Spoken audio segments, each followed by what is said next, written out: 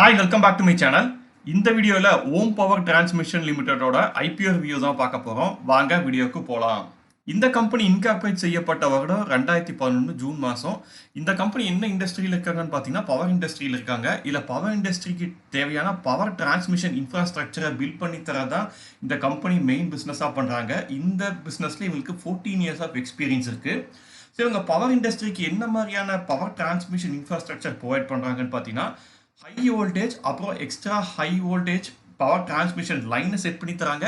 அது போக சப்ஸ்டேஷன் அமைச்சு தர்றது, அது போக அண்டர் கிரவுண்ட் கேபிளிங் ப்ராஜெக்ட்ஸ் எடுத்து நடத்துறதுன்னு சொல்லி பவர் ப்ராஜெக்ட்ஸில் பல்வேறு பவர் டிரான்ஸ்மிஷன் இன்ஃப்ராஸ்ட்ரக்சர் ப்ரொவைட் பண்ணுற பிஸ்னஸ் இவங்க பண்ணுறாங்க. இது போக இவங்க டர்ன்கி பேசிஸில் இவங்க எடுத்து நடத்துகிற ப்ராஜெக்ட்ஸ்க்கு என் டு என் சப்போர்ட் ப்ரொவைட் பண்ணுறாங்க. அதுவும் குறிப்பாக பார்த்தீங்கன்னா இவங்களோட ப்ராஜெக்ட்டுக்கு தேவையான வேரியஸ் சர்வீஸ், அதாவது டிசைனிங் ஆகட்டும், இல்லாட்டி இன்ஜினியரிங் அண்ட் ப்ரொக்ரூட்மெண்ட் பண்ணி தரதாகட்டும், இல்லாட்டி எக்யூப்மெண்ட் சப்ளை பண்ணுறதாகட்டும், இரெக்ஷன் அப்புறம் இன்ஸ்டலேஷன், டெஸ்டிங், அப்புறம் டீகமிஷனிங், அதே போக காம்ப்ரஹென்சிவ் ஆப்ரேஷன் அண்ட் மெயின்டெனன்ஸ்னு சொல்லி என் டு என் சர்வீஸ் இவங்களோட கஸ்டமரோட ப்ராஜெக்ட்ஸ்க்கு இவங்க ப்ரொவைட் பண்ணுறாங்க.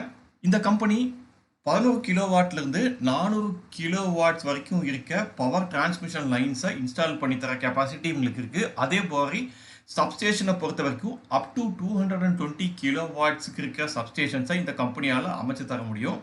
இந்த கம்பெனிக்கு பவர் யூட்டிலிட்டிஸ், அப்புறம் ரினியூபிள் எனர்ஜி டெவலப்பர்ஸ், அப்புறம் சில இண்டஸ்ட்ரியல் பிளேயர்ஸும் இவங்களுக்கு கஸ்டமர்ஸாக இருக்காங்க.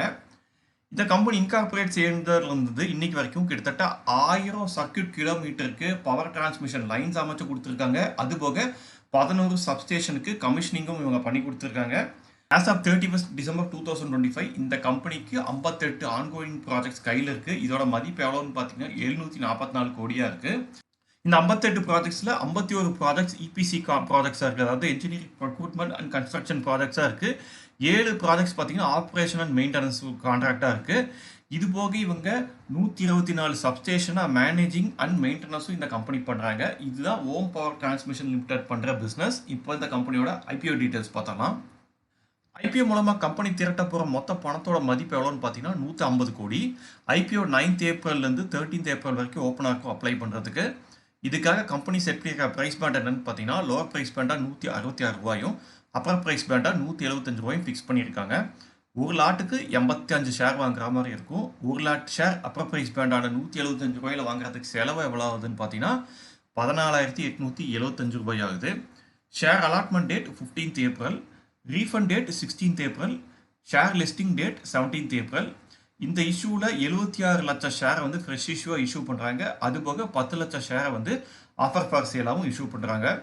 போஸ்ட் லிஸ்டிங் இந்த கம்பெனியோட மார்க்கெட் கேப் எவ்வளோதான் இருக்க போகுதுன்னு பார்த்தீங்கன்னா 600 கோடியாக இருக்க போகுது. ஸோ இது ஒரு மைக்ரோ கேப் ஷேராக தான் இருக்க போகுது. இன்னைக்கு தேதியில் இந்த ஷேரோட கரண்ட் கிரே மார்க்கெட் ப்ரீமியம் எவ்வளோவா இருக்குன்னு பார்த்தீங்கன்னா ₹1.50 இருக்குது. அதாவது அப்பர் ப்ரைஸ் பேண்ட்லேருந்து பார்க்கும்போது ஒரு ஷேர் ₹176.50 சொல்லி ட்ரேட் ஆகிட்டு இருக்கு கிரே மார்க்கெட்டில். அடுத்து இந்த கம்பெனியோட ஃபினான்ஷியல்ஸ் பார்த்தலாம். ஸோ இந்த கம்பெனி வந்து ஒரு ஸ்மால் சைஸில் ஆப்ரேட் பண்ணுற கம்பெனி தான். இவங்களோட ரெவன்யூ ஃப்ரம் ஆப்ரேஷன்ஸ் பார்த்தீங்கன்னா 2023 121 கோடியாக இருந்திருக்கு. 2024 அது ஜம்ப் ஆகி 184 கோடியாக உயர்ந்திருக்கு. இதே 2025 மார்ச்சில் 281 கோடியாக இருக்குது. இதே 31 மார்ச்லேருந்து 31 டிசம்பர் இந்த 9 மந்த்ஸில் பார்த்தீங்கன்னா ரெவன்யூ ஃப்ரம் ஆப்ரேஷன்ஸ் 276 கோடியாக உயர்ந்திருக்கு. ஸோ ரெவன்யூங்கிறது கன்சிஸ்டண்ட்டாக இன்க்ரீஸ் ஆகிட்டு வருது இயர் ஆன் இயர். இதே ப்ராஃபிட் ஆஃப்டர் த டேக்ஸ் பார்த்தீங்கன்னா 2023லையும் 2024லையும் லெஸ் தேன் 10 crores தான் இவங்க ப்ராஃபிட் பண்ணியிருக்காங்க. இருந்தாலும் 2025ல் 22 கோடி ப்ராஃபிட் பண்ணியிருக்காங்க. இதே 31 மார்ச்லேருந்து 31 டிசம்பர் இந்த 9 மந்த்ஸில் பார்த்தீங்கன்னா இவங்களோட profit after the tax 23 crores இருக்குது. ஸோ ப்ராஃபிட் ஆஃப்டர் த டேக்ஸுங்கிறது வந்து 2025ல் வந்து நல்லாவே இம்ப்ரூவ் ஆயிருக்கு வென் கம்பேரிங் டு 2024 அண்ட் 2023. இதே பாரோயிங்ஸ் பொறுத்த வரைக்கும் பார்த்தீங்கன்னா 2023லையும் 2024லையும் பாரோயிங்ஸ் இன்க்ரீஸ் ஆயிருக்கு. இதே 2025 மார்ச்சில் வந்து அவங்க ரெடியூஸ் பண்ணியிருக்காங்க பாரோயிங்ஸ். எகெயின் 31 மார்ச்லேருந்து 31 டிசம்பருக்குள்ளே எகெயின் பாரோயிங் வந்து 20 crores இன்க்ரீஸ் ஆயிருக்கு. அட் த சேம் டைம் பார்த்தீங்கன்னா ரிசர்வ்ஸ் அண்ட் சர்ப்ளஸும் 42 crores இப்போ 93 crores இருக்குது. ஸோ இவங்களுக்கு பாரோயிங்ஸை விட வந்து 3 times வந்து கேஷ் ரிசர்வ்ஸ், அதாவது கேஷ் இன் ஹேண்ட்ஸ் இருக்குது. ஸோ இது ஒரு சின்ன சைஸில் ஆப்ரேட் பண்ணுற கம்பெனி. ஸோ இந்த கம்பெனி வந்து எப்போ வேணாலும் இவங்களோட பாரோயிங்ஸை கட் பண்ணி டெட் ஃப்ரீ ஆக முடியும். ஸோ கம்பெனியோட ஃபினான்ஷியல்ஸில் மோசமாக எதுவும் பாயிண்ட் பண்ணுறதுக்கு ஒன்றும் கிடையாது. ஐ திங்க் இது வளர்ந்துட்டு வர கம்பெனிங்கிறது இந்த லேட்டஸ்ட் ஃபினான்ஷியல் ரிசல்ட்ஸ்லேருந்து நல்லாவே நமக்கு தெரியுது. அடுத்த அப்ஜெக்டிவ் ஆஃப் த ஐபிஓ என்னன்னு பார்த்தலாம்.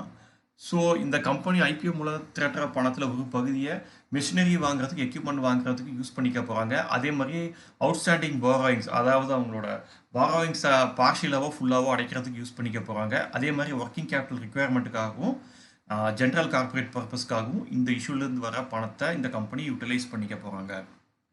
இந்த கம்பெனியில் இருக்க ப்ரோஸ் அண்ட் கான்ஸ் என்னன்னு பார்க்கலாம். ஸோ இந்த கம்பெனியில் நான் ப்ரோஸாக பார்க்குற விஷயம் என்னன்னு பார்த்தீங்கன்னா, பவர் டிரான்ஸ்மிஷன் ப்ராஜெக்ட்ஸை எக்ஸிக்யூட் பண்ணுறதுக்கு கொடுக்குறதுல 14 இயர்ஸ் எக்ஸ்பீரியன்ஸ் இந்த கம்பெனிக்கு இருக்குது. இவங்க நல்ல ஸ்ட்ராங் எக்ஸ்பர்டீஸ் இருக்குது இந்த லைனில் இவங்களுக்கு. ப்ளஸ் இவங்களுக்கு வந்து 744 கோடிக்கு அவுட்ஸ்டாண்டிங் ஆர்டர் புக் கையில் இருக்குது. இந்த ஆர்டர் புக் எல்லாமே பார்த்தீங்கன்னா ஒரு 6 மந்த்ஸ்லேயே 1 இயர்லேயே பண்ணித்தர மாதிரியான ஆர்டர் புக் கிடையாது. ஸோ பவர் டிரான்ஸ்மிஷன் ப்ராஜெக்ட்ஸுங்கிறத பொறுத்த வரைக்கும் பார்த்தீங்கன்னா இது 3 இயர்ஸ் 5 இயர்ஸுக்கு வந்துட்டு நடக்கிற ப்ராஜெக்ட்ஸாக தான் இருக்க போகுது. அது மட்டும் கிடையாது, இவங்க எடுத்து நடத்துகிற நிறைய ப்ராஜெக்ட்ஸுக்கு இவங்க ஆப்ரேஷன் அண்ட் மெயின்டெனன்ஸ் இவங்க பண்ணித்தரனால நியர் டேர்ம் டு லாங் டேர்முக்கு வந்து இந்த கம்பெனிக்கு நல்ல ரெவன்யூ வருங்கிறத வந்துட்டு இந்த அவுட்ஸ்டாண்டிங் ஆர்டர் புக்லேருந்து நம்ம தெரிஞ்சுக்கலாம். அதே மாதிரி கவர்மெண்ட்டு பார்த்தீங்கன்னா ரினியூவபிள் எனர்ஜி அதே மாதிரி கிரிட் எக்ஸ்பான்ஷன் ரிலேட்டட் ப்ராஜெக்ட்டுக்கு தொடர்ந்து கமிஷன் பண்ணிட்டே இருக்காங்க. நம்ம சம்மர் டைமில் இருக்கும், இந்த டைமில் பவர் யூட்டிலைசேஷன் ஜாஸ்தியாக இருக்குது. அது மட்டும் கிடையாது, இண்டஸ்ட்ரியோட பவர் தேவைகளும் பார்த்திங்கன்னா நாளுக்கு நாள் அதிகரிச்சுக்கிட்டே வருது. ஸோ இதெல்லாம் பூர்த்தி செய்யணும்னா பவர் டிரான்ஸ்மிஷன் இன்ஃப்ராஸ்ட்ரக்சரை பில்ட் பண்ணி ஆகணும். ஸோ அப்படி கவர்மெண்ட்டும் பார்த்திங்கன்னா இப்போ ரீசெண்ட் இயர்ஸில் பவர் டிரான்ஸ்மிஷன் இன்ஃப்ராஸ்ட்ரக்சரை தொடர்ந்து பில்ட் பண்ணிட்டே இருக்காங்க. ஸோ இது இனிமேல் பார்த்திங்கன்னா ஃப்யூச்சரில் அதிகரிச்சுக்கிட்டு தான் இருக்க போகுது. ஸோ அந்த வகையில் பார்க்கும்போது இந்த மாதிரி பவர் டிரான்ஸ்மிஷன் இன்ஃப்ராஸ்ட்ரக்சர் ப்ரொவைட் பண்ணுற கம்பெனிக்கெல்லாம் வந்துட்டு நல்ல ஃப்யூச்சர் இருக்குன்னு சொன்னால் கண்டிப்பாக மிகையாகாது. அடுத்து இந்த கம்பெனியில் நான் கான்சா பார்க்குற விஷயம் என்னன்னு பார்த்தீங்கன்னா, இவங்களால 11 கிலோவாட் டு 400 கிலோவாட்டாக பவர் டிரான்ஸ்மிஷன் லைனை மட்டும்தான் இவங்களால வந்து கன்ஸ்ட்ரக்ட் பண்ணி தர முடியும். இதை விட ஹை வோல்டேஜில் இருக்க லைன் வந்துட்டு கன்ஸ்ட்ரக்ட் பண்ணி தரதுன்னா அவங்களால முடியாது. அதே மாதிரியே பவர் சப்ஸ்டேஷனை பொறுத்த வரைக்கும் பார்த்தீங்கன்னா 220 கிலோவாட் கெப்பாசிட்டி இருக்க பவர் சப்ஸ்டேஷனை மட்டும்தான் இவங்களால வந்து பில்ட் பண்ணி தர முடியும். ஸோ இதுக்கு மாதிரியான ஹையர் கெப்பாசிட்டியில் இருக்க பவர் சப்ஸ்டேஷன்ஸை இவங்களால பில்ட் பண்ணி தர முடியாது.